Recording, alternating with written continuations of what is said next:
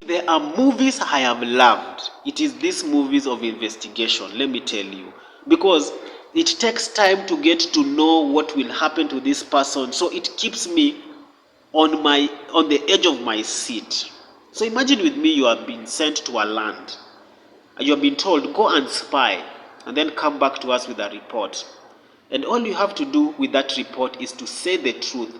Nothing but the truth.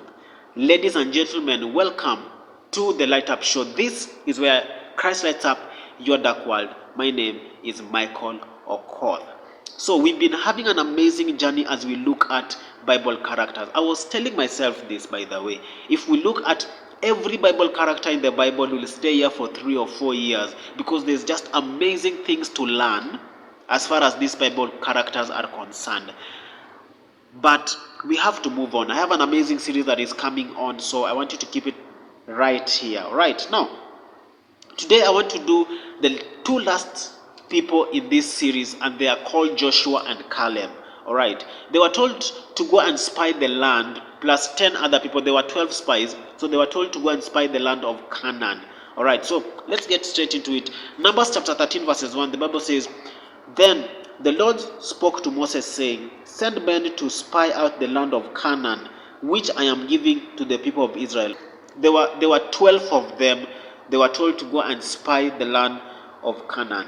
All right. Now this is what Moses tells them even before they go. He tells them, Moses sent them to spy the land of Canaan and said to them, go up into the Negev and up to the hill country and see what the land is, and whether the people who dwell in it are strong or weak, whether they are few or many, and whether the land that they dwell in is good or bad, and whether the cities that they dwell in are camps or strongholds, and whether the land is rich or poor, and whether there are trees in it or not. Be of good courage and bring some of the fruit of the Lord. Now, the time was the season of the first ripe grapes. All right, so let's jump. And at the end of 40 days, they returned from spying the land, and they came to Moses and Aaron and to all the congregation of the people of Israel in the wilderness of Paran at Kadesh, and they brought back word to them, to all the congregation, and showed them the fruit of the land. And they told him, we came to the land which you sent us. It flows with milk and honey, and this is its fruit. However, the people who dwell in it are large and are strong, and the cities are fortified and are very large. And besides, we saw the descendants of Anak there.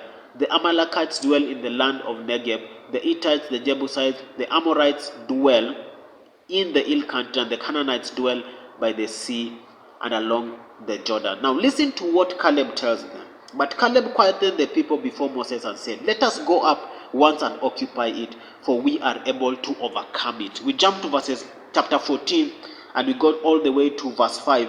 Then Moses and Aaron fell on their faces before the assembly of the congregation of the people of Israel, and Joshua the son of Nun and Caleb the son of Jephunneh, who were among those who spied out of the land, tore their clothes and said to the congregation of the people, the land which we passed through to spy it out is exceedingly, for if the Lord delights in us, he will bring us into the land and give it to us, a land that flows with milk and honey. So I want you to imagine with me, there are 2 reports here. All right, there are 2 reports. So there are 2 reports here. All right, there's the bad report and the good report.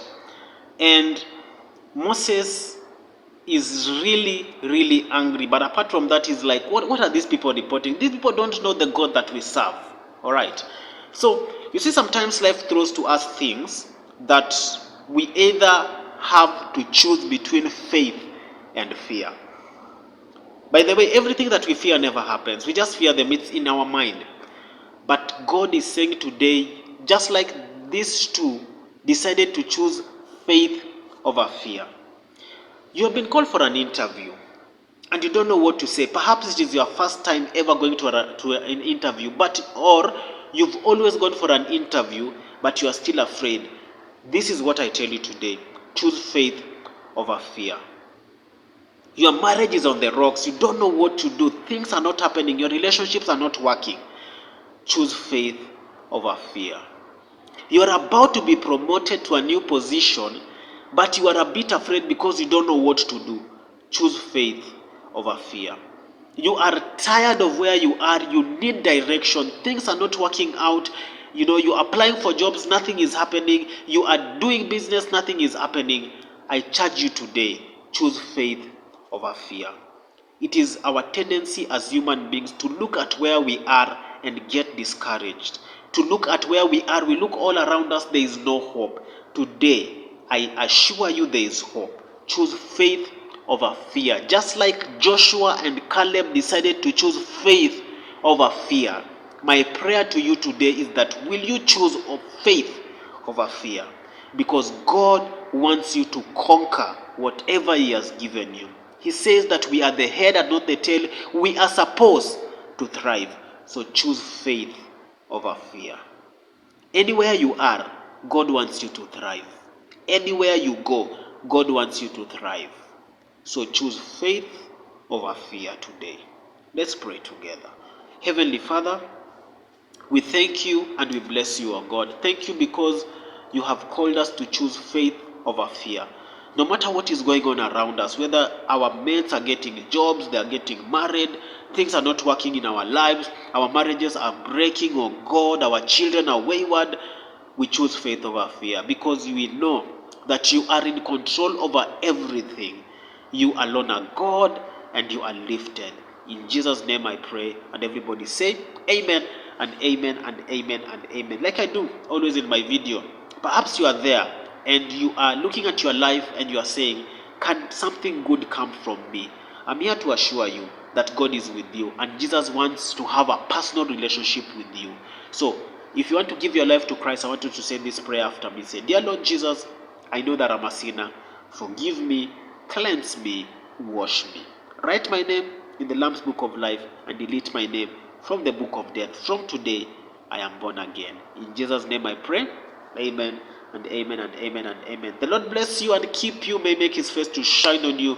May the anointing of the Lord follow you all the days of your life. By the way, I want to give you about 30 seconds. 30 seconds as you ponder through the word that I've given you today. I want you to subscribe to my YouTube channel. As I look at the way these people were complaining about the land that God was about to give them. Choose faith over fear. Subscribe, subscribe, subscribe.